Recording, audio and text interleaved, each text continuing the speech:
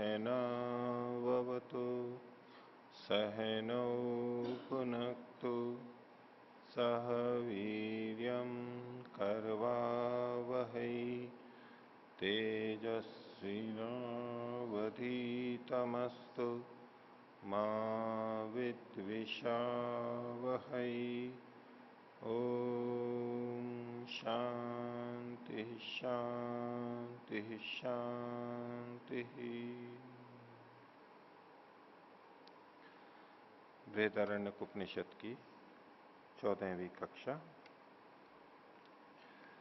बृहदारण्यक उपनिषद के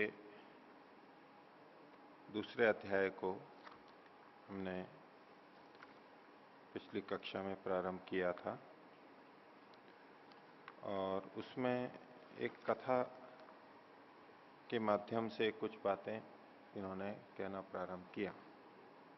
चर्चा ब्रह्म की ही करना चाहते हैं और एक व्यक्ति ब्रह्म को कुछ जानता है, उन्होंने अपने ढंग से जैसा भी समझा और वो दूसरे व्यक्ति को बताने के लिए गए। तो गार्ग्य अजात शत्रु को बताने के लिए गए थे। गार्ग्य ने अपने ढंग से अलग अलग जगह बताया कि इसमें जो पुरुष है वही ब्रह्म है, इसमें जो है तो सूर्य, चंद्र, अग्नि, वायु इत्यादि बहुत सारी चीजें, दिशाएं, आकाश, ये बहुत सारी चीजें उन्होंने गिनाई। यहां जो है वही ब्रह्म है, वही आत्मा है। और अजात शत्रु उन सबका उत्तर देते गए, इसको मैं जानता हूं, इसको जानने से, इसकी उपासना करने से ऐसा ऐसा होता है, ये चीजें प्राप्त होती हैं, ये लाभ होता है, ये मैं कर चुका हूं। गार्ग्य को ये इतना नहीं पता था कि अजात शत्रु ये सब कर चुके हैं, जान चुके हैं। वो अपनी तरफ से सोच रहे थे कि मैंने कुछ जान लिया है और ये तो राजा हैं, मैं तो ब्राह्मण हूं और मैं बताऊं इनको कुछ। और अजात शत्रु भी इतने विनम्र थे कि उन्होंने प्रारंभ में नहीं कहा कि हाँ मैं बहुत कुछ जानता हूं, और जिज्ञासु के रूप में रहे भी। ठीक है, आप जानते हैं तो बताइए, आप इस आशा में कि कुछ मेरे को भी जानने को मिलेगा। और अजात शत्रु की यह भी इच्छा थी कि मैं ब्रह्म के बारे में जानने वाला बनूं, लोग मुझे ब्रह्म के बारे में जानने वाला समझें। दूसरी तरफ राजा जनक थे, जिनकी प्रसिद्धि थी, लोग ब्रह्म चर्चा के लिए उनके पास जाते थे, सब लोग जनक को पुकारते थे। एक उस समय प्रसिद्धि रही होगी। जनक भी राजा थे, अजात शत्रु भी राजा थे। एक स्वभाव होता है, मन में आ जाता है कि सब उन्हीं की तरफ क्यों जाते हैं, मेरे पास नहीं आते। एक उसकी इच्छा थी कि मैं भी ऐसा कुछ विशेष जान पाऊं, और उस इच्छा के अंतर्गत उन्होंने पूछा गार्ग्य से, अच्छा आप बताइए। तो अलग अलग चीजें जो बताई, और बताते बताते सबको अजात शत्रु कहते गए कि नहीं, ये वो नहीं है, ये वो नहीं है, ये वो नहीं है। तो प्रारंभिक स्तर पे व्यक्ति अलग अलग वस्तुओं को ब्रह्म मान करके चलता रहता है। उसको ब्रह्म मान के चलेगा, इसको मान के चलेगा, बड़ा मान के चलेगा, वही उसके लिए सब कुछ होते हैं। जैसे कि कभी माता पिता को ही परमात्मा मानते हुए, ब्रह्म मानते हुए चलता है सबसे बड़ा, फिर कभी गुरुजनों को सबसे बड़ा मान करके चलता है, फिर कोई राजा को सबसे बड़ा मान के चलता है, फिर कोई वेदों के विद्वान को सबसे बड़ा मान के चलता है। ऐसे अलग अलग को, फिर प्रकृति को में भी किसी चीज को, सूर्य को सबसे बड़ा मान के चलता है। हमारे सामने जो चीज आती है मुख्य रूप से, और जिससे हम अत्यधिक प्रभावित हो जाते हैं, लगने लगता है जैसे यही परिपूर्ण है और यही सबसे बड़ा है, क्योंकि ब्रह्म बड़ा है। ब्रह्म का मतलब ही बड़ा होता है, तो ये ही सबसे बड़ा है। ये जो मुझे बड़ा दिखाई दे रहा है, ऐसा लगता है कि इससे बढ़कर के तो कुछ हो ही नहीं सकता है, इससे अधिक गरिमापूर्ण कुछ हो ही नहीं सकता है, तो उसी को वो ब्रह्म मान के चलता है। अपने अपने स्तर पे चलते रहते हैं। लेकिन अजात शत्रु को इन बातों का पता था, वो उत्तर देते गए, नहीं ये तो नहीं है। तो गार्ग्य अंत में आत्मा पे आके कहता है कि ये जो आत्मा में पुरुष है, इसी को मैं ब्रह्म के नाम से उपासना करता हूं। आत्मा में जो ये ब्रह्म है, उसके लिए भी अजात शत्रु ने उत्तर दिया। तो फिर गार्ग्य चुप हो गए और उन्होंने कहा कि ठीक है, आप ही मुझे बताइए। तो अजात शत्रु ने फिर बताने का प्रयास किया। तो ये हम 15वां हम प्रारंभ किया था, 15वां उस दिन, इसको फिर से देखिए। तो बृहदारण्यक उपनिषद के द्वितीय अध्याय का, द्वितीय अध्याय की 15वीं कंडिका। तो सहोवाच अजात शत्रु प्रतिलोमम चैतत ब्रह्मण क्षत्रियम उपेयात ब्रह्म में वक्ष्यति इति। तो बोले ये तो उल्टी बात हो जाएगी, प्रतिलोम हो जाएगा कि अजात शत्रु बोला कि प्रतिलोम हो जाएगा कि ब्राह्मण क्षत्रिय को आकर के, क्षत्रिय के पास आकर के कहे कि मेरे को आप ब्रह्म के बारे में बताइए। अनुलोम और प्रतिलोम दो शब्द हैं। अनुलोम अनुकूल में हो कहलाता है, प्रतिलोम विपरीत कहलाता है। हमारे शरीर में लोम होते हैं, रोम जिनको बोलते हैं, बाल बोलते हैं, हाथ पैर में जो होते हैं बाल, तो ये बाल एक दिशा में होते हैं, इनका झुकाव किसी एक दिशा की तरफ होता है। सिर के भी बाल होते हैं तो उनका भी एक दिशा होती है। मान लो आगे वाले जरा यूं रहते हैं, बगल वाले यूं रहते हैं, पीछे रहते हैं, इनकी एक दिशा होती है। एक ऐसा कहीं भी हम देखेंगे, हाथ में भी देखेंगे तो इधर जा रहे हैं, ये इधर जा रहे हैं। अनुलोम होता है चेहरे पे, मूंछों का, सब जगह जहां भी बाल है वो एक दिशा में थोड़े झुके हुए रहते हैं। तो जिस तरफ लोम का शीर्ष है, सिरा है, उसी तरफ जब हम यूं करते हैं इसको कहते हैं अनुलोम। और जब उसके विपरीत करते हैं तो उसको कहते हैं प्रतिलोम। जैसे आयुर्वेद के अंदर मालिश आदि करने के लिए अभ्यंग, जो आपने वहां भी अभी यात्रा में भी देखा था, आयुर्वेद महाविद्यालय में मालिश करते हैं तो उसमें बहुत सारी सावधानियां, उसमें एक चीज कहते हैं कि मालिश कहते हैं अनुलोम करनी चाहिए। रोएं जिस तरफ हैं उस तरफ करनी चाहिए, प्रतिलोम विपरीत नहीं करनी चाहिए। कई बार विपरीत करते हैं तो वो खिंच जाता है बाल, या टूट जाता है, बाल तोड़ हो जाता है, कुछ और बाधा हो सकती है। अनुलोम के लिए एक विधान बताया गया। तो वास्तव में ये अनुलोम प्रतिलोम शब्द है तो इसके लिए। अब इसी तरह से जो अनुकूलता में, ये जो अनुलोम है ये अनुकूलता में हमको अनुकूल होता है। जैसे कि बाल काटते हैं, रेजर आदि से काटते हैं, उस तरह से काटते हैं। तो एक तो मान लो यूं नीचे बाल हो, यूं काटे तो आसानी, जो उल्टा करता है तो दिक्कत आती है, अधिक खड़खड़ करता है और वो दिक्कत आती है। ऐसे ही चेहरे पे भी होता है, वो हमारे को विपरीत पड़ता है, प्रतिकूल पड़ता है। तो अनुलोम का मतलब रोम के अनुकूल, और फिर से अनुकूलता के अर्थ में आ गया। और प्रतिलोम यानी विपरीत दिशा में, जैसा होना चाहिए उसके विपरीत दिशा। तो सामान्यतः ये अनुलोम है यानी अनुकूल है कि क्षत्रिय ब्राह्मण के पास जाए, ब्राह्मण ज्ञान प्रधान होता है, क्षत्रिय शक्ति प्रधान होता है, तो वो कम जानने वाला होता है, वो जाए तो ये तो अनुकूल है। लेकिन उल्टा आए ये प्रतिलोम हो गया। इसको हम सामान्य भाषा में कह देते हैं कि उल्टी गंगा बहाना। गंगा तो पर्वत से और समुद्र की तरफ जाती है, और इसके विपरीत उल्टी, कोई भी नदी उल्टी तो नहीं होती, लेकिन लोग में है कि भाई ये तो उल्टी गंगा बहा रहे हो आप। कोई एक व्यक्ति किसी दूसरे को देता है तो जहां उचित मात्रा में होता है, उचित शैली होती है, वहां तो ठीक है, देने वाला देता है, लेने वाला लेता है। तो जो लेने वाला है वो देने लगे यदि, तो बोले तो उल्टी गंगा बहा रहे हो। राजा प्रजा को देता है या निर्धनों को देता है, गरीबों को देता है, और वो आके राजा को देने लगे तो कहेगा ये तो आप उल्टी गंगा बहा रहे हो। विद्वान दूसरों को उपदेश देता है, दूसरे आके विद्वान को उपदेश देने लगे तो बोले तो उल्टी गंगा बह रही है।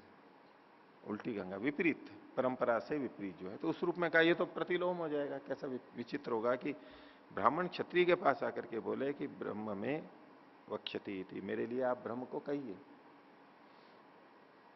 पर फिर उसने कहा कोई बात नहीं, विपरीत है, वी एवत्वा जपयिष्यामि थे, मैं तेरे को विशेष रूप से बताऊंगा मैं तेरे को। क्योंकि वहां ज्ञान के स्तर पर फिर ये नहीं रहता कि ये क्या ब्राह्मण है या क्षत्रिय है। ब्राह्मण और क्षत्रिय यद्यपि विभिन्न क्षमताओं से युक्त होते हैं, अलग अलग, वैश्य अलग क्षमता से युक्त होता है, लेकिन इसमें हमेशा ऐसा नहीं होता है कि ब्राह्मण हमेशा ज्ञानवान हो ही अधिक, क्षत्रिय भी ज्ञानवान हो सकता है। अलग अलग क्षेत्र होते हैं, किसी विषय में कोई जानकार हो सकता है। तो अब ये ब्राह्मण और क्षत्रिय उनके कर्म के अनुसार हो गया। भाई वो शिक्षा देता है सामान्यतया, वो ब्राह्मण में आ गया, ज्ञान प्रमुख है और शिक्षा भी देता है। क्षत्रिय रक्षा आदि करता है, वो कर्म की दृष्टि से वो क्षत्रिय है, लेकिन उसकी ज्ञान में रुचि है, स्वाध्याय करता है, मनन करता है, बहुत सुना है, तो ज्ञान उसका प्रखर हो सकता है, ज्यादा हो सकता है। भले ही कार्य की दृष्टि से वो क्षत्रिय हो, लेकिन ज्ञान की दृष्टि से केवल देखेंगे तो ज्ञानवान है, उस तरह से हम ब्राह्मण कह सकते हैं। पर कर्म की दृष्टि ही प्रमुखता रहती है, इसलिए वो क्षत्रिय ही है अभी। तो बोले मैं तेरे को विशेष रूप से बताऊंगा। और तम पाणव आदाय उत्तस्थ, और उसको हाथ में लेकर के और खड़ा हो गया, उसका हाथ पकड़ करके, हाथ में पकड़ करके खड़ा हो गया। एक आत्मीय भावता का होता है। एक तो आपस में ये बैठे होंगे, चर्चा कर रहे होंगे। अब चित्र भले ही इन्होंने खड़े खड़े का बना रखा है, लेकिन ये बैठे हुए थे, बैठे हुए चर्चा कर रहे थे, इससे हमारे को पता लग गया ना, उसको लेके फिर खड़ा हो गया।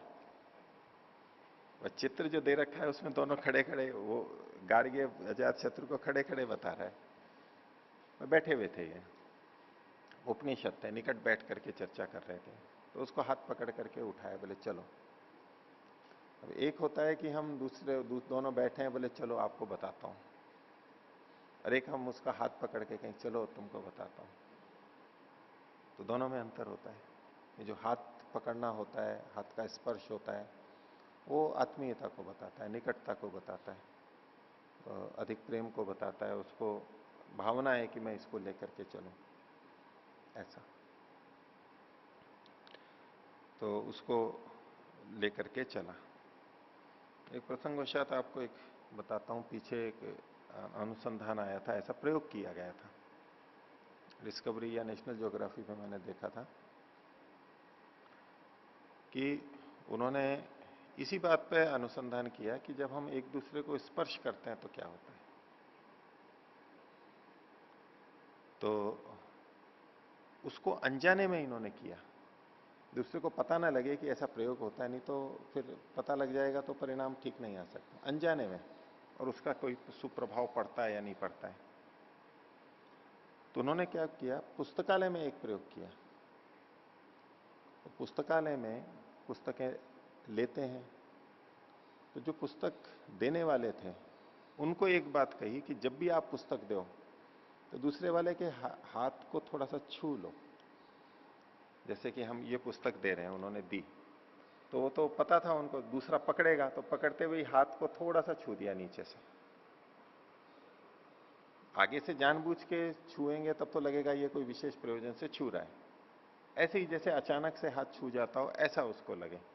ऐसे हाथ लेते देते, पुस्तक देते हुए हाथ को छूने का उन्होंने प्रयोग किया, और कुछ को नहीं छुआ, उनको केवल पुस्तक दी, इन्होंने दी और उन्होंने ली, हाथ का स्पर्श नहीं हुआ। तो उसमें जो पुस्तक लेने वाले थे उनका आपसी संबंध और आपस में जो बातचीत है, और वो उस पुस्तकालय से संतुष्ट होके गए वहां के व्यवहार से, तो उसमें बड़ा अंतर मिल गया केवल इसके कारण से। बाकी चीजें तो वैसी की वैसी थी, पुस्तकें जो चाहिए थी ले ली, उनको दे दी, सब कुछ एक जैसा था, केवल हाथ के स्पर्श का भेद था। ये हाथ का स्पर्श इतना प्रभाव डालता है एक दूसरे से, वो निकटता, आत्मीयता का संकेतक होता है, और जाने अनजाने हम उससे निकटता में चले जाते हैं। तो ये जो इसने उसको हाथ पकड़ करके जो विशेष शब्द यहां पर प्रयोग कर दिया कि तम पाणी ना, तम पाणु आदाय उत्तस्त, उसको हाथ में लेकर के उठ खड़ा हुआ। अब हाथ में लेके मतलब उसके पूरे शरीर को हाथ में थोड़ा ना लिया है, ऐसे थोड़ा ना यूं उठाते हैं, उसका मतलब है उसके हाथ को अपने हाथ में लिया, उसके हाथ को यूं पकड़ा, उसको हाथ में लेकर के, मतलब उसके हाथ को हाथ में लेकर के यूं उठ उठ खड़ा हुआ। एक होता है कि हम यूं हाथ पकड़ करके खींचे,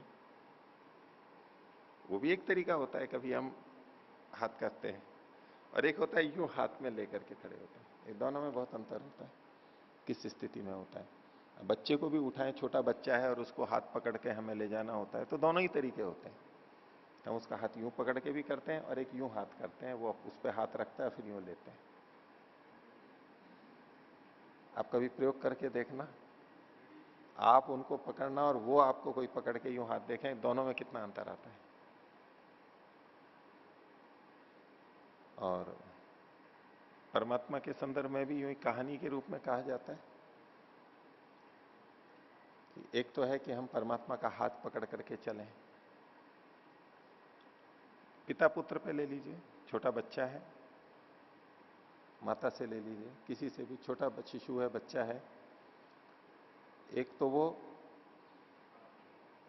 वो माता पिता का हाथ पकड़ करके चले, माता पिता ने हाथ दे दिया और वो पकड़ करके चल रहा है। एक है कि माता पिता उस बच्चे का हाथ पकड़ के और फिर चल रहे हैं, बच्चे की उंगली पकड़ के चल रहे हैं, और एक अपनी उंगली दे दी और बच्चे ने उंगली पकड़ रखी और फिर चल रहे हैं। तो यद्यपि दोनों में समर्पण है, दोनों एक दूसरे को है, लेकिन फिर भी अंतर है। जब वो बच्चा माता पिता का हाथ पकड़ के चल रहा है, अभी पूरा समर्पण नहीं है। माता पिता उसका हाथ पकड़ना चाहते हैं, बोले नहीं मैं पकड़ूंगा आपका हाथ, तो हाथ पकड़ता है, जब चाहे तब छोड़ सकता है, ले सकता है, वो उसके नियंत्रण में है कुछ, यद्यपि उनके अनुसार चल रहा है, लेकिन उसका उन्होंने पकड़ रखा है हाथ। और दूसरा वो कहते हैं कि नहीं आप मेरा हाथ पकड़ लो। अब वो हाथ उन्होंने पकड़ लिया, अब कब छोड़ना है, कितनी गति देनी है, लेना है, वो भी उसके ऊपर ही छोड़ दिया, ये अधिक समर्पण माना जाता है। तो जो बच्चा स्वावलंबी बनता है, तो वो उसका प्रथम प्रयास क्या होता है, वो बच्चों में हो जाता है, एक सीमा आती है, तो पहले तो माता पिता हाथ को पकड़ के और चलाते हैं उसके, तो वो कहता है कि नहीं आप मेरा हाथ मत पकड़ो, बोले मैं पकड़ूंगा हाथ, ये अंतर हो जाता है। तो इसने उसको हाथ में लेकर के खड़ा हुआ, हाथ में लेकर के, पाणौ आदाय, हाथ में लेकर के, हाथ को लेकर के नहीं है, हाथ में लेकर के, तो पूरा शरीर तो संभव ही नहीं है, तो वो उसको हाथ में लेकर के, जैसे यूं हमने पकड़ लिया उसको, ऐसे लो उठो, सहारा लेकर के, ये एक अलग प्रतीक है, स्नेह के रूप में आपको बताऊंगा मैं, चलो आपको मैं ले चलता हूं, आपको बताऊंगा। तो इस तरह से उसको लेकर के चला और जाके क्या किया, तौह पुरुषम सुप्तम आजगमतु, वो दोनों एक सोए हुए व्यक्ति के पास में चले गए। देखो कैसा विचित्र प्रयोग कर रहे हैं, दोनों एक सोए हुए व्यक्ति के पास पहुंच गए, वो लेके चला गया वहां पर, और जाकर के क्या किया, तम एतैर नाम भेर आमंत्रयान चक्रे, उसको इन नामों से पुकारा, कुछ नाम है वो आगे बता रहे हैं कि उसको नाम से पुकारा। तो जो व्यक्ति सोए हुए थे वो बड़े थे आकार प्रकार में, तो कहा बृहन, हे बड़े, ऐसे कहते हैं। वैसे तो छोटे बड़े नाम से भी बोलते रहते हैं, बच्चों को कहते हैं ना छोटा और बड़ा, नाम तो पता ही नहीं रहता है कई बार, यूं हमारे को पता भी नहीं रहता दूसरों के कितनों के होते हैं, इतना पता है कि बड़ा वाला कहाँ है, छोटा वाला कहाँ है, नाम तो याद ही नहीं आता है, अपरिचय, थोड़ा कम परिचय होता है तो और घर में भी छोटे बड़ा कहते रहते हैं, तो वो कोई बड़ा व्यक्ति होगा, तो उसको कहा कि हे बृहन, संबोधन किया, हे बड़े, वो जगह ही नहीं। फिर कहा पांडरवास, हे श्वेत वस्त्रधारी, पांडर वस्त्र, उसने कपड़े, वैसे कपड़े पहन रखे होंगे, तो उसी नाम से कहा कि हे श्वेत वस्त्रधारी उठो। सोम, हे सोम। राजन इति, हे राजन, हे राजा, वो कोई राजा हो तो राजा कह दिया, या जो भी है राजन, इन नामों से उसको कहा। सन उत्तस्थ हो, वो उठा नहीं इतने मात्र से, उसको जो पुकारा तो वो उठा नहीं। तो तम पाणिना पेशम बोधयान चकारा सह उत्तस्थ हो, तो फिर उन्होंने उसको हाथ से, पाणिना पेशम बोधयान चकारा, उसको थोड़ा दबाया, जैसे हम झुंझलाते हैं या थोड़ा दबाते हैं, हाथ से उसको दबाया, तो सब बोधयान चकारा सह उत्तस्थ हो, वो उसको बोध हुआ, जगा कुछ, और फिर उठ गया वो। ऐसे नहीं उठा, बोलने से नहीं हुआ, उसको कई नाम बोले और वो उठा नहीं। हम किस नाम से सबसे अधिक परिचित होते हैं, किस नाम से, नाम मतलब तो शब्द से, बहुत सारे शब्द हैं हम सुनते रहते हैं और तरह तरह के नाम होते हैं। एक एक बार की घटना, वास्तविक घटना है, तो जैसे कई बार कोई बेहोश हो जाते हैं ऐसे ही, और सब फिर परेशान भी होते हैं कि भाई सो बेहोश हो गया, अब क्या करें। तो एक व्यक्ति की प्रसिद्धि थी कि वो बेहोश को जगा दिया करते थे, तो वो ऐसा मंत्र फूंकते थे, मंत्र फूंकते थे कि वो जग जाता था, कान में मंत्र फूंकते थे। तो एक बार की घटना है, व्रतमुनि जी सुनाते हैं, उनकी अपने अनुभव की है। तो वही मोहल्ले की बात थी, तो वो एक जो प्रसिद्ध, वो बेहोश हो गए, सब इकट्ठे हो गए, आसपास वाले हो ही जाते हैं छोटे कस्बे में, तो मोहल्ले में। तो लोग हिलाएं करें उसको, हिलाएं करें तो भी नहीं उठा वो तो। इन्होंने ये नाम बोले, हिलाया, चलो उठ गया, ये तो सोया हुआ व्यक्ति था। लेकिन थोड़ा मूर्छित हो जाए तो वो उठा ही नहीं। तो सबने उनको याद किया, बोले उनको बुलाओ, वो जगाएंगे, वो मूर्छा से हटा देते हैं। अब ये भी देख रहे थे, बोले कि तो वो आए, परिचित थे, आए और आकर के कान में कहा। कहा क्या? मंत्र फूंका, यूं कहो, लोक भाषा में कहते हैं कान में मंत्र फूंक दिया। वो एकदम से उठा पड़ा करके उठ गया, वो व्यक्ति उठ गया, वो वास्तव में जो प्रसिद्धि थी वैसा ही हो गया। तो फिर व्रतमुनि जी ने उनसे पूछा कि भाई आपने क्या मंत्र फूका, क्या किया जो एकदम जग के बैठ गया, ये तो उठ नहीं रहे थे। तो बोले मैंने उसके कान में उसका नाम बोला। हम अपने नाम से बहुत परिचित होते हैं, उसके साथ हमारा बहुत अपनापन होता है, जिसका भी जो नाम होता है, क्योंकि सब हमारे को उस नाम से पुकारते रहते हैं, जिसका जो भी नाम अधिक पुकारा जाता है, प्रसिद्ध होता है। तो हो सकता है कुछ मूर्छित ना भी जगते हों, लेकिन वहां तो वो उठ गए थे। तो वो बोले मैं ये काम करता हूं, उसके कान में उसी व्यक्ति का नाम थोड़ा तेजी से बोलते हैं, एकदम से कान के पास में जाकर के, और उसको बोलते हैं उसके नाम से। तो जैसे कि किसी को अचानक पुकारे कोई, तो गहरी मूर्छा नहीं हो, थोड़ा बहुत हो, तो वो जग गया, ऐसा। और नाम से हम परिचित होते हैं। तो खैर इन्होंने तो हाथ से हिलाया, नाम वाम कुछ बोले, दूर से बोले होंगे। जो ये तो इस नाम से कौन पुकारता है किसी को, हे बृहन, हे पांडरवासा, हे सफेद कपड़े वाले, ऐसे तो सामान्यतः पुकार, कोई कोई पुकारे तो पुकारे, नहीं तो यू प्रचलित नहीं है ना, हम अपने नाम से पुकारते। खैर इन्होंने हाथ हिलाया और वो उठ गया। तो स होवाच अजात शत्रु यत्र ईश एतत् सुप्तो अभूत एष विज्ञानमय पुरुष। तो उसको जगा दिया केवल। भाई सोने के समय वो सोया हुआ था, तो उसको कुछ पता नहीं था कौन आया है क्या है, और जब हाथ से हिलाया, दबाव दिया, तो उठ खड़ा हुआ, तो वो चेतना। तो बोले ये क्या हो गया, सोया हुआ था तो इसमें ये चेतना दिखाई नहीं दे रही थी, जाग नहीं रहा था, ये कोई संवेदना नहीं लग रही थी इसकी, कोई प्रतिक्रिया नहीं कर रहा था, सोया पड़ा था रसे से। और अब क्या हो गया इसको? तो बस ये तो घटना करके फिर आगे चर्चा करते हैं।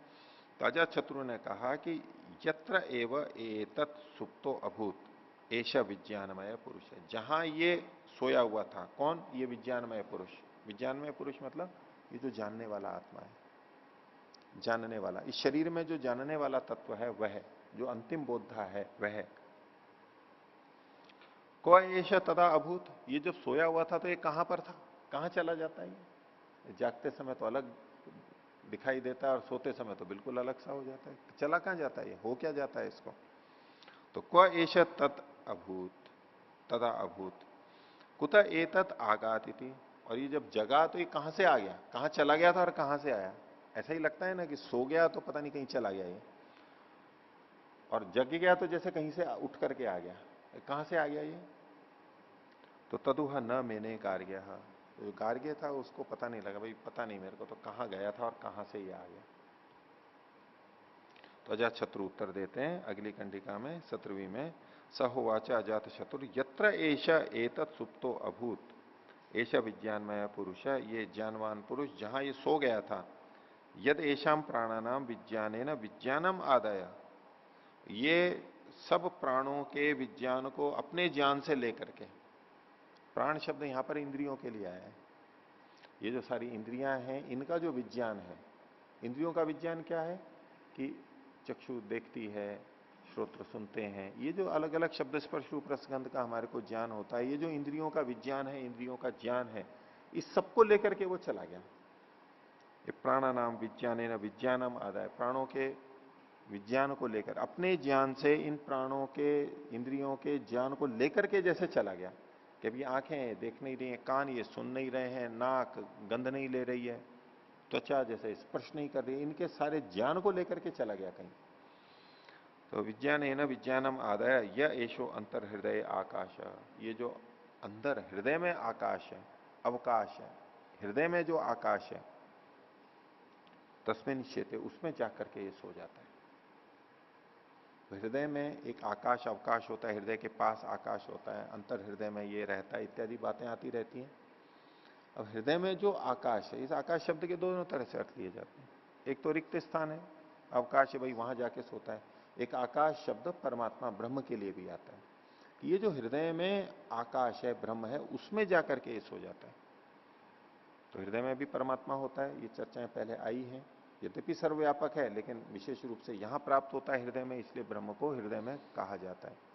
तो यहां आकाश का मतलब जब हम ब्रह्म लेंगे, तो जब व्यक्ति सोता है तो इन इंद्रियों के विज्ञान को लेकर के आकाश में यानी ब्रह्म में जाकर के अवस्थित हो जाता है, परमात्मा में जाकर के अवस्थित हो जाता है।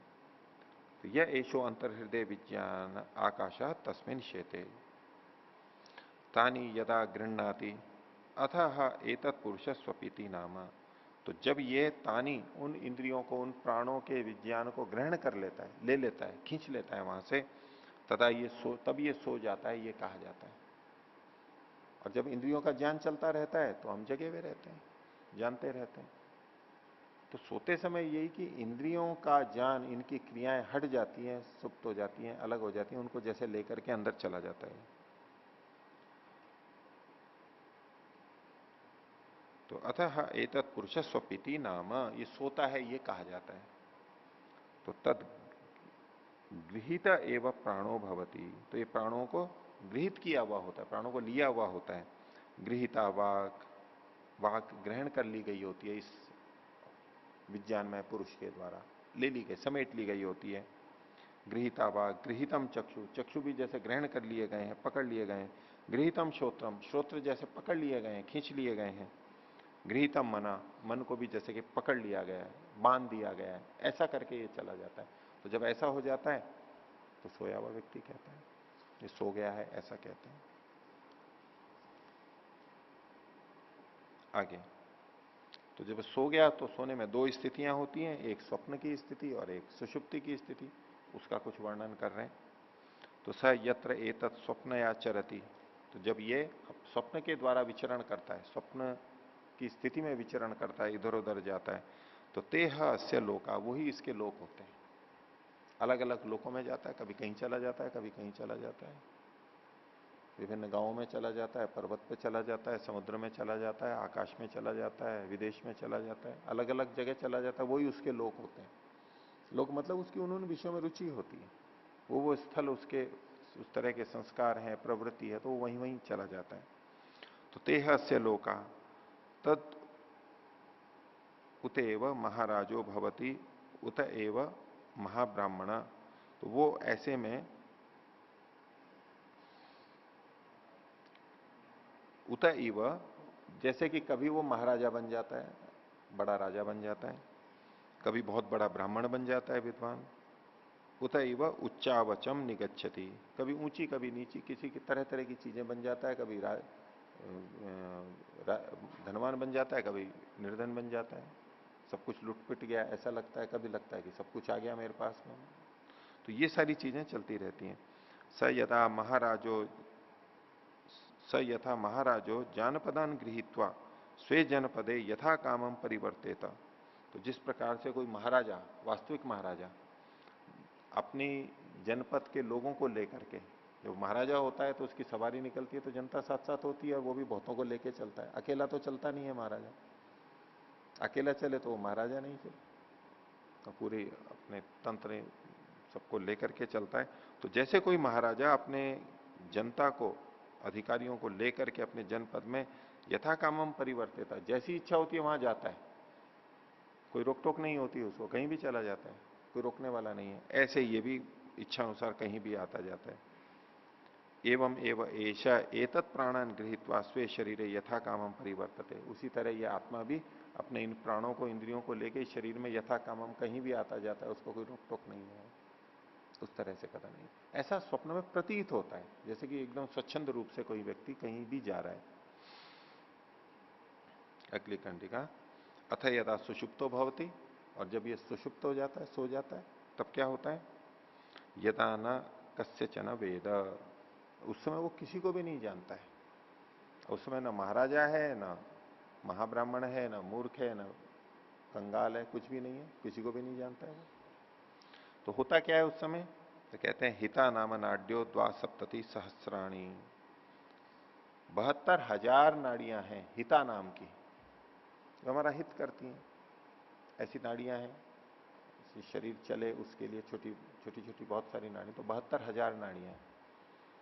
और भी उपनिषदों में और भी जगह इन नाड़ियों की संख्याओं का वर्णन आता है। तो तात्पर्य रहता है कि हम बहुत अधिक नाड़ियां हैं ये। अब इसको 72 शब्द और भी जगह आता है, यहाँ 72,000 कहा, वहां और भी अलग अलग ढंग से कहा जाता है। प्रश्नोपनिषद में भी आता है ये, प्रश्नोपनिषद के तीसरे प्रश्न में भी।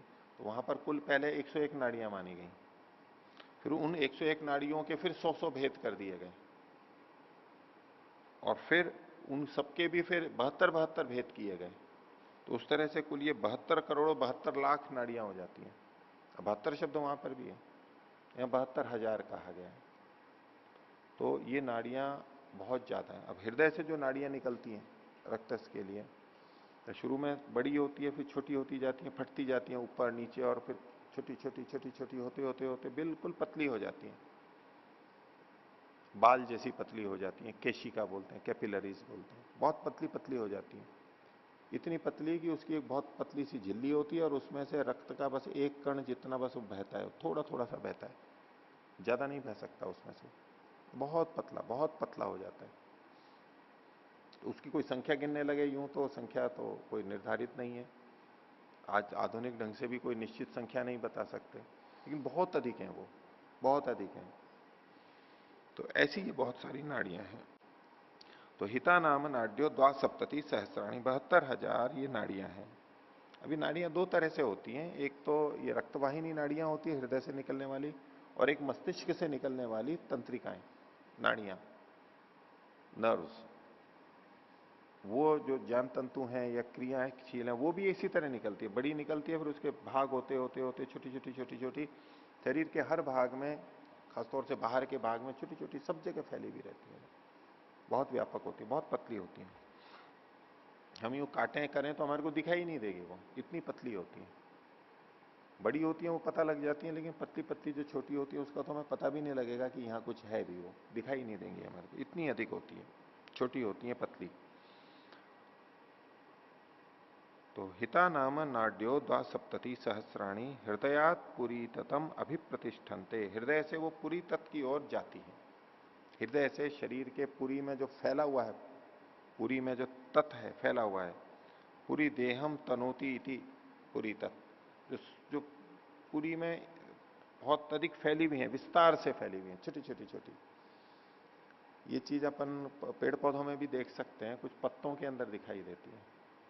खासतौर से हम देख सकते हैं पीपल के पत्ते में, और वो भी हरा होता है तब उतना नहीं हमारे को दिखाई देता, लेकिन जो वो पत्ता सूख जाए कभी, और सूखने के बाद गल जाए, अब केवल उसमें रेशे रेशे बसते हैं, तो वो एकदम जाल दिखाई देता है हमारे को। ऐसे तोरई है, लौकी है, जब वो पक जाती हैं और पकने के बाद में गल जाती है सब, तो उसमें जाल एक बहुत जबरदस्त होता है, रेशे जो होते हैं छोटे छोटा छोटा छोटा, कटती जाती है। ऐसा ही लगभग यहां पर हमारे शरीर में होता है। वहां भी वो उनको पहुंचाने के लिए, उसके पूरे तंत्र के लिए आवश्यक होती है। तो ये पूरी ततें सब तरफ यूं फैली रहती हैं, ता भी प्रत्यवसृत्य पूरी तति शेते, वहां से ये वापस लौट करके पूरी तत् नाम की एक अलग से नाड़ी बताई जा रही है, उसमें जाकर के शयन करता है।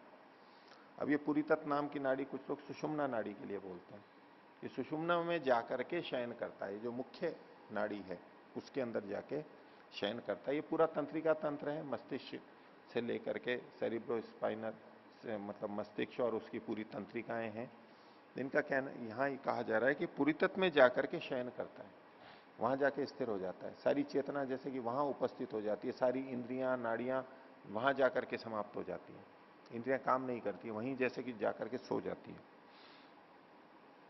आगे, स यथा कुमारो वा महाराजो वा महाब्राह्मणो वा अतिग्निम आनंद से गत्वा शयिता एवमेव एष एतच्छेते। तो हम यूं कहें कि बहुत अच्छा कौन सोता है, तो कौन अधिक अच्छा सोता है? तो हम लौकिक रूप से क्या कहेंगे? भाई राजकुमार बड़ा अच्छे ढंग से सोता है, ऐसा कहेंगे ना। या बीमार व्यक्ति या तो कोई निर्धन व्यक्ति तो कैसे सोता है? तो जैसे राजकुमार सोता है, जैसे राजकुमार सोता है तो उसको अधिक आनंद आता है, ऐसा हमें लगता है।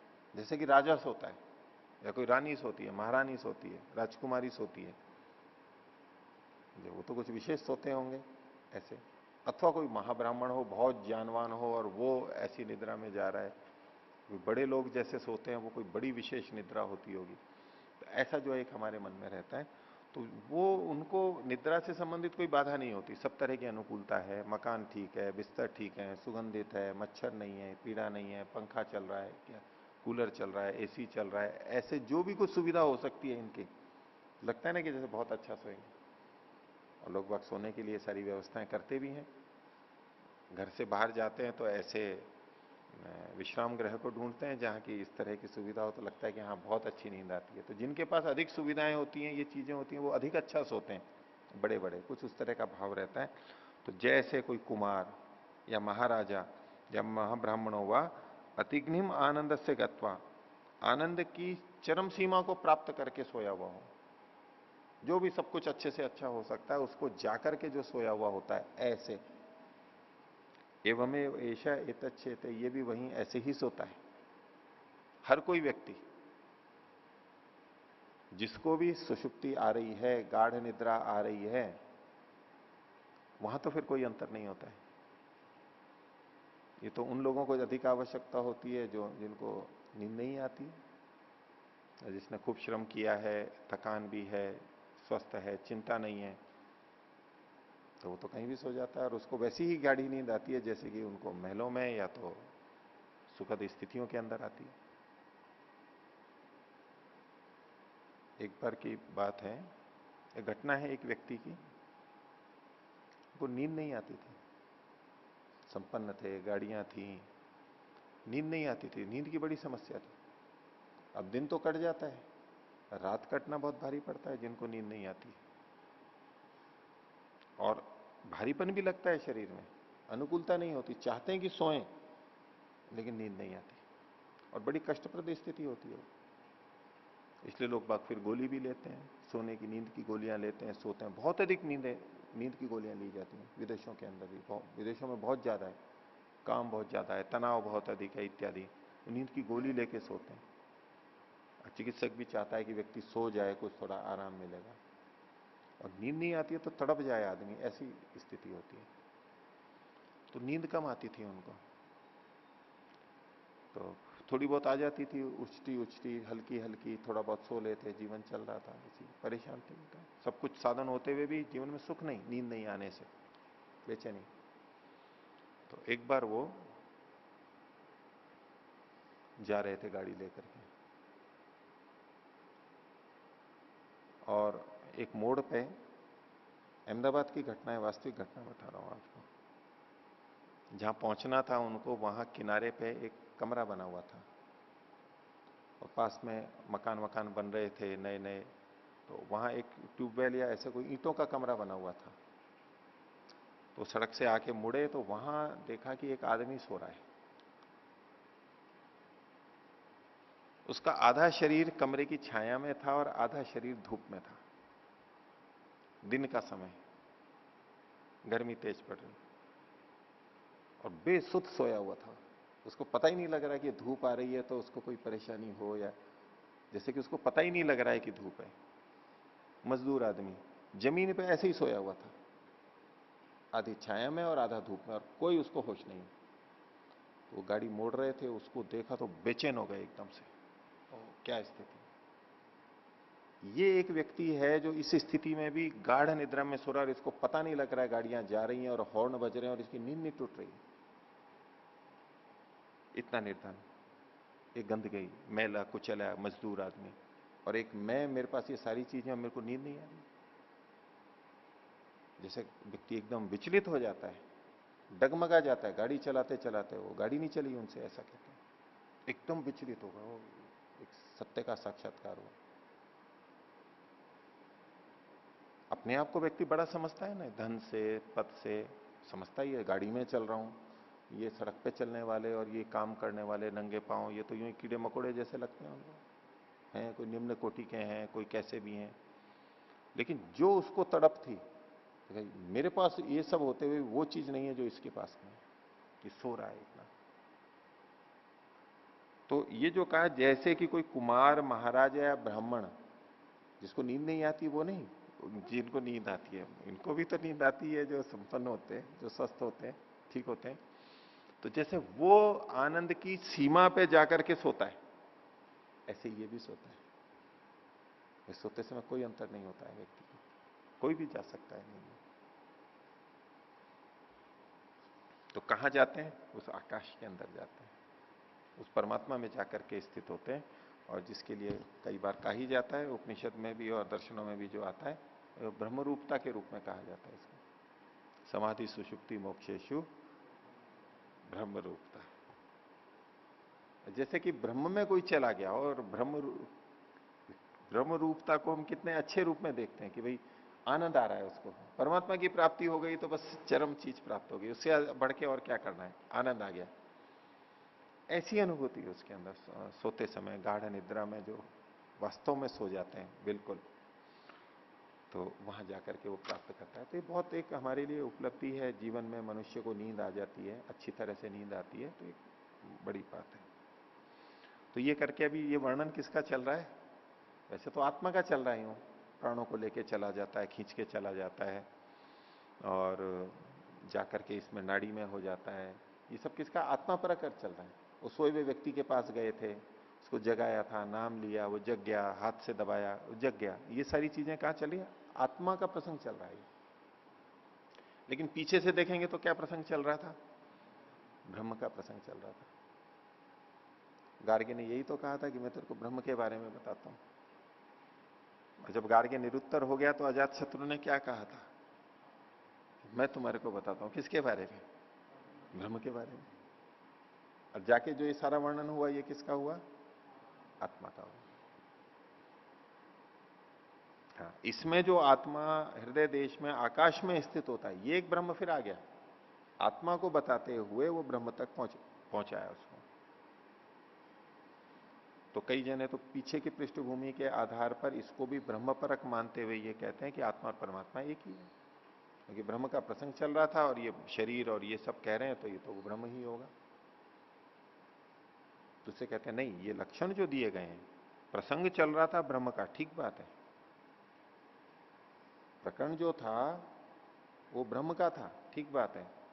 लेकिन ये जो लक्षण दिख रहे हैं, ये लक्षण किस चीज के हैं? ये आत्मा के हैं, जीव के हैं, शरीरधारी के हैं। तो परमात्मा तो शरीर धारण ही नहीं करता है, इंद्रियातीत है। लक्षण, उससे इसकी प्रमुखता देखते हुए तो इसकी दोनों तरह से लोग व्याख्या करते हैं। अभी हमने आत्मा परक इसको देखा। अब इसी की जो अंतिम कंडिका है, इसके लिए भी फिर वही प्रसंग जुड़ेगा कि आत्मा परक है या परमात्मा परक है। देखिए 20वीं कंडिका, स यथा ऊर्ण नाभि तंतुना उच्चरेत। जैसे कि ऊर्ण नाभि, ऊर्ण है नाभि में जिसके, ऊन मतलब तो रेशे, ये जो मकड़ी होती है, मकड़ी का जाला होता है, उसके धागे होते हैं, वो जिस किस में, मकड़ी के अंदर ही तो होते हैं, नाभि में यानी पेट में अंदर ही तो होते हैं उसके, तो उसके शरीर के अंदर होते हैं। तो जैसे वो अपने तंतु के द्वारा ऊपर उठती है, उसने, मकड़ी ने जाल को बनाया, खुद ने बनाया, और उस जाल के माध्यम से वो ऊपर चली जाती है, उड़ जाती है, इधर से उधर चली जाती है, जहां उसको जाना होता है वो चली जाती है इत्यादि। उसी जिसको उसने बनाया उसके माध्यम से वो ऊपर चली जाती है, इच्छा अनुसार गति कर लेती है, प्रयोजन को पूरा करती है। तो यथा ऊर्णना भी तंतुना उच्चरेत, ये एक उदाहरण हुआ, एक दृष्टांत हुआ। दूसरा और बता रहे हैं, यथा अग्नि क्षुद्रा विस्फुलिंगा विच्चरंती। जैसे अग्नि से छोटी छोटी चिनगारियां चिटक के निकलती हैं, छोटे छोटे कण होते हैं, वो कार्बन के ही कण होते हैं, लकड़ी के या चिन उसके, वो जलते रहते हैं, तो जलते जलते बाहर जाते हैं, तो जलते रहते हैं जब तक उनमें जलने की शक्ति है, जलने लायक ईंधन है। फिर जलना समाप्त हो जाते हैं तो राख बन के ठंडे होकर के गिर जाते हैं। लेकिन वो चिनगारियां तो निकलती हैं उसमें। कुछ लकड़ियों में ज्यादा चिंगारियां निकलती हैं, कुछ में कम निकलती हैं। यज्ञ में जो समिधाएं काम में ली जाती है उनमें चिंगारियां नहीं निकलती हैं। ऐसी ऐसी समिधाएं ली गई हैं। ऐसे पेड़ों को चुना गया है, जैसे पीपल है, बड़ है, केजड़ी है, ये इनमें चिंगारियां नहीं निकलती हैं। और कुछ पेड़ होते हैं जिसमें बहुत चिंगारी निकलती है, जैसे बबूल का ले लेंगे और ऐसे पेड़ ले लेंगे तो आम में भी नहीं निकलती है, कम निकलती है, बहुत कम निकलती है। ये तो हमारे जो चिंगारियां निकलती हैं उसमें एक कारण सामग्री होती है कि सामग्री जो हम देते हैं तो उसके जो छोटे छोटे कण होते हैं वो रास्ते में जल जाते हैं। और खासतौर से जब सामग्री में घृत नहीं मिलाया हुआ होता है तो बहुत ज्यादा हवा में भी उड़ती हैं और हवा में ही जल के जाती हैं, तो बहुत चिंगारी चिंगारी निकलती है। घी होता है तो वो शीघ्र नहीं जलती है, अंदर तक चली जाती है। लेकिन केवल लकड़ी की दृष्टि से देखें तो जब कोयले जलाते हैं लकड़ी, वो बहुत चटकते हैं, बहुत ज्यादा। उसमें तो कुछ नमी भी होती है, कुछ लकड़ी ऐसे प्रकार की होती है कि वो चट चट करके होती है और चिंगारी भी ज्यादा होती है। यूं हिलाओ तो बहुत चिंगारियां निकलेंगी उसमें, छोटे छोटे छोटे निकलेंगे। वो लकड़ी की प्रकृति होती है पेड़ की अलग अलग। तो जैसे अग्नि से छोटे छोटे विस्फुलिंग चिंगारियां बाहर निकलती हैं, ये दूसरा उदाहरण दिया। एवं एवं अस्माद आत्मना, उसी प्रकार इस आत्मा से। अब यहां शब्द आत्मा आया है, वो जीवात्मा को लेना है, परमात्मा को लेना है, ये फिर एक दोनों तरह से व्याख्या की जाती है। तो पीछे वाले प्रसंग के अनुसार पर ब्रह्म का प्रसंग चल रहा था तो इसको ब्रह्म परक भी लिया जाता है। और बीच में चूंकि जीव का परक व्याख्या चल रही है, सोना इत्यादि की बात, शयन करने की बात, इंद्रियों की बात, तो उससे इसको आत्मा परक भी लिया जाता है। दोनों तरह से देखते हैं, यहां शब्द आत्मा पड़ा हुआ है। तो एवं एवं अस्माद आत्मनः, इस आत्मा से। अभी हम इसको जीवात्मा परक अर्थ लेके कर लेते हैं पहले। अस्माद आत्मनः, इस जीवात्मा से, सर्वे प्राणा, सभी प्राण। तो 5 प्राण है, प्राण उदान व्यान अमान समान। ये जो जितने प्राण चल रहे हैं ये इसी आत्मा से होते हैं, क्योंकि उसी की शक्ति से, उसी के आधार पर, उसके होने पे ये चलते हैं, नहीं तो ये चल नहीं पाते हैं। तो उसका आधार माना है अस्माद आत्मना सर्वे प्राणा, सारे प्राण। सर्वे लोका, सारे लोग, जहां जहां पर भी वो सपने में जाता है या वैसे अपने अलग अलग कल्पना लोक में जाता है, वो जितने भी लोग हैं सब वो है। सर्वे देवा, जितने भी देव हैं, जितनी भी इंद्रियां हैं। सर्वाणी भूतानी, और उन इंद्रियों से जिन जिन विषयों को जानता है वो सारे भूत, वो सारे के सारे विच्चरंती, निकलते हैं। अर्थात जब आत्मा परक अर्थ हम लेंगे यहां, तो शरीर में जितने भी प्राण चल रहे हैं वो सब आत्मा के होने पे चल रहे हैं। यद्यपि प्रकृति की अपनी शक्ति है, प्रक्रिया है, लेकिन आत्मा के होने पे ही ये चलते हैं, नहीं तो सब समाप्त हो जाते हैं। तो एक तरह से आत्मा की सहायता प्राप्त करके, आत्मा के चैतन्य का लाभ लेते हुए ये गति करते हैं। श्वास चलता है और सारी क्रियाएं होती हैं, ये आत्मा के कारण से होती हैं। इंद्रियां कार्य करती हैं, ज्ञान प्राप्त करती हैं, विषयों को ग्रहण करती हैं, बाह्य विषय, बाह्य भूतों से संपर्क करती हैं। तो ये सारे के सारे सर्वाणी भूतानि विचरंती, उसी से ही जैसे निकलते हैं। जैसे अग्नि से ये चिंगारियां निकलती हैं, ऐसे ही ये सारी चीजें इसी आत्मा से निकलती हैं। इस आत्मा के आधार पर ही गतिशील होती हैं, प्रकट होती हैं, ज्ञान में आती हैं। तस्य उपनिषद, तो ये इसका रहस्यात्मक ज्ञान है। तो ये जो व्यक्ति सोया है, तो आत्मा चूंकि एक तरफ हो गया इसलिए ये भी सब सो जाती हैं। फिर आत्मा जब जगता है, एक तरह से आत्मा तो जैसा है वैसा है, लेकिन जब विषयों को, इंद्रियों को, इनके ज्ञान को लेकर अंदर चला जाता है तो सो जाता है। जब इनका प्राण इन इंद्रियों के ज्ञान को लेकर वापस आ जाता है, इनसे युक्त हो जाता है, तो वो जानने लग जाता है, जग जाता है। तो तस्य उपनिषद, ये इसका रहस्य है। और ये क्या रहस्य है? तो बोला है सत्य से सत्यम इति, ये सत्य का सत्य है, सत्य का सत्य है। ये जो आत्मा है ये सत्य का सत्य है। अब सत्य कौन है? और पहला वाला सत्य सत्य का सत्य है, दूसरा वाला जो सत्य है वो तो आगे आत्मा के लिए। ये पहले वाला ये सत्य कौन है? तो खुद आगे बोलते हैं प्राणा वही सत्यम, ये जो प्राण है ये सत्य है, प्राण है ये सत्य है। तेषाम एव सत्यम, उनका ये सत्य है। तो सत्य का सत्य है, पहले सत्य को से हमने अर्थ ले लिया प्राण, तो ये प्राणों का सत्य है। और दूसरी जगह भी सत्य की जगह प्राण ले लेंगे तो ये प्राणों का भी प्राण है। सत्य का भी सत्य है मतलब प्राणों का भी प्राण है। ये जो हमारे प्राण चल रहे हैं, अब एक दृष्टि से हम देखेंगे कि जो हम श्वास प्रश्वास लेते हैं, ये प्राण आदि हैं, इससे हमारा जीवन चल रहा है, हम इनको प्राण कहते हैं। इससे हमारा जीवन चलता है। लेकिन ये भी किस आधार पर चल रहे हैं? ये जो श्वास प्रश्वास है जिसको हम जीवन का आधार कहते हैं, और ये श्वास प्रश्वास नहीं हो तो जीवन नहीं चलेगा, ये जब हम बोलते हैं, स्वीकार करते हैं, तो भाई ये श्वास प्रश्वास किसके आधार पर चल रहा है? इस प्राण, इन प्राणों का भी कौन प्राण है? तो वो ये आत्मा है। इन प्राणों का भी आधार, समस्त प्राणों का आधार, समस्त इंद्रियों का आधार भी ये आत्मा है, ये कहा जा रहा है जीवात्मा के लिए। जीवात्मा इन प्राणों का भी प्राण है, सत्य का भी ये सत्य है। अब ये जो प्राण है इनको सत्य कहा जा रहा है। ये आत्मा से भिन्न चीज है। ये शरीर का आधार क्या है? शरीर का आधार क्या है? हम कहते हैं वायु है, हम कहें कि पानी है, हम कहें कि अन्न है, क्योंकि इनके बिना शरीर नहीं चल सकता। ठीक बात है अपनी जगह पे वो। लेकिन इस शरीर के रहते हुए भी हम हवा भी दे दें इसको, हम जल भी दे दें इसको, और आहार भी दे दें, तो चल पाएगा क्या? कितनी हवा में रख लो, कितना ही पानी में रख लो, कितना ही भोजन में रख लो, इसको ये चल नहीं पा सकता। तो वास्तविक आधार क्या है इस शरीर का? वो प्राण, वो आत्मा है, वो सत्य है। वो आत्मा इसका आधार है, वास्तविक आधार वो है। तो इस सत्य का भी सत्य। तो पहला जो सत्य है प्राण, या तो वायु और सारे शरीर, इंद्रियां, ये सत्य हैं, मिथ्या नहीं है ये। इस सत्य का, इन प्राणों का भी ये सत्य है, ये भी वास्तविक है, इसकी सत्ता है, स्वतंत्र सत्ता है। ये सत्य का भी सत्य है। तो ये अर्थ तो हो गया जीवात्मा परक। अब इसी की परमात्मा परक व्याख्या भी करते हैं, क्योंकि नहीं तो पीछे से जो उसने कहा था ब्रह्म को तेरे को बताऊंगा, तो ब्रह्म तक पहुंचाना तो चाहिए, तब उसकी पूरी संगति लगेगी। तो उसको, इसके लिए पहले दो तो उदाहरण है।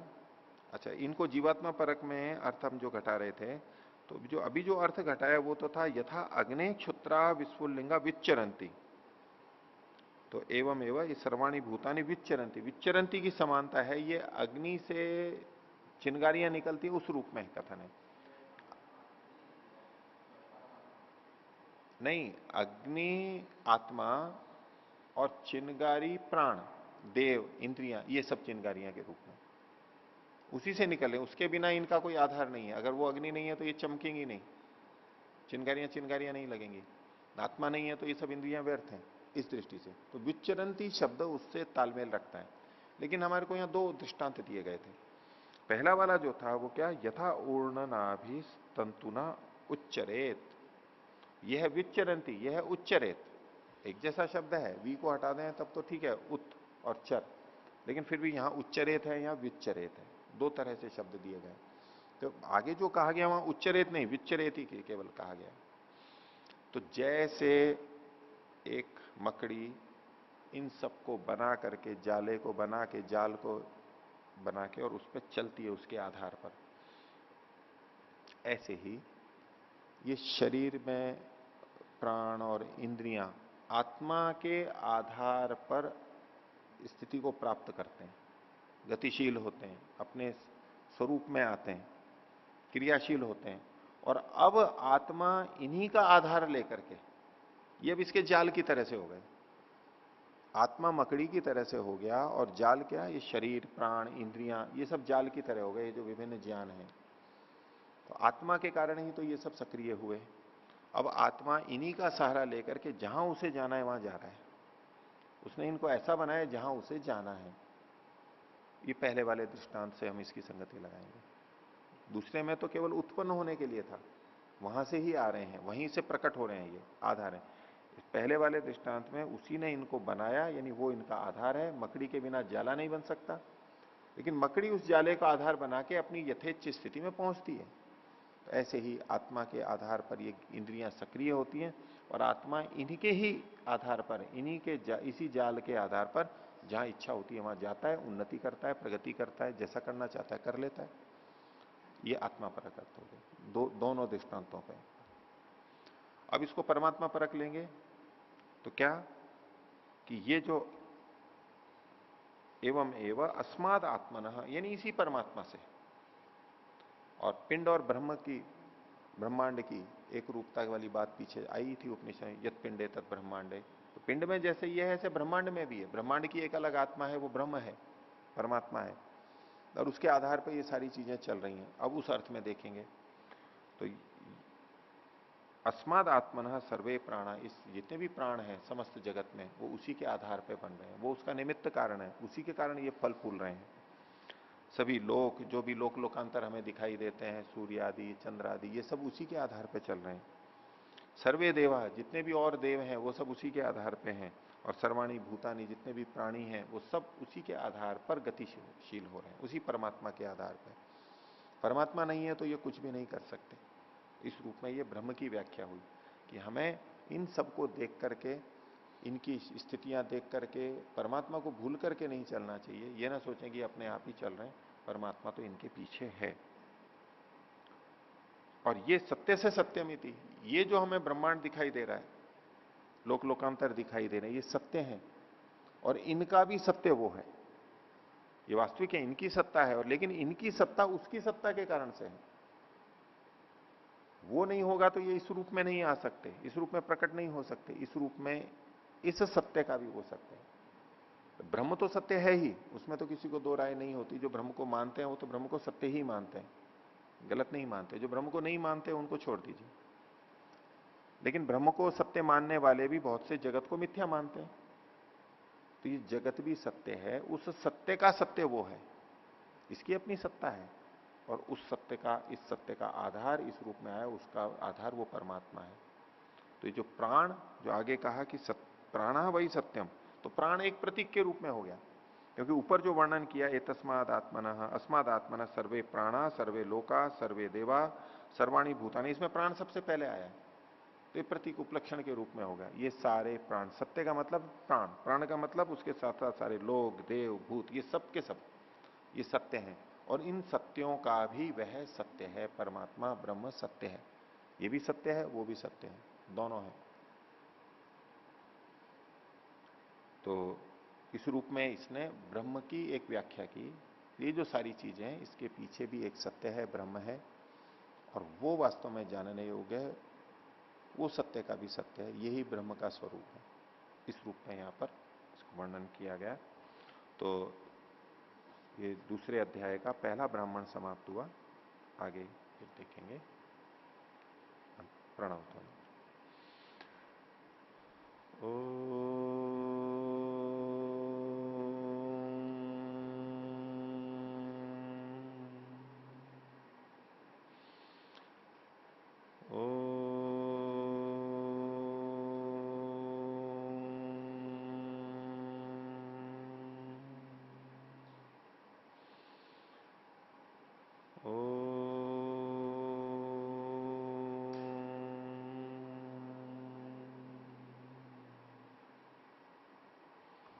सभी को सादर अभिवादन। ओम।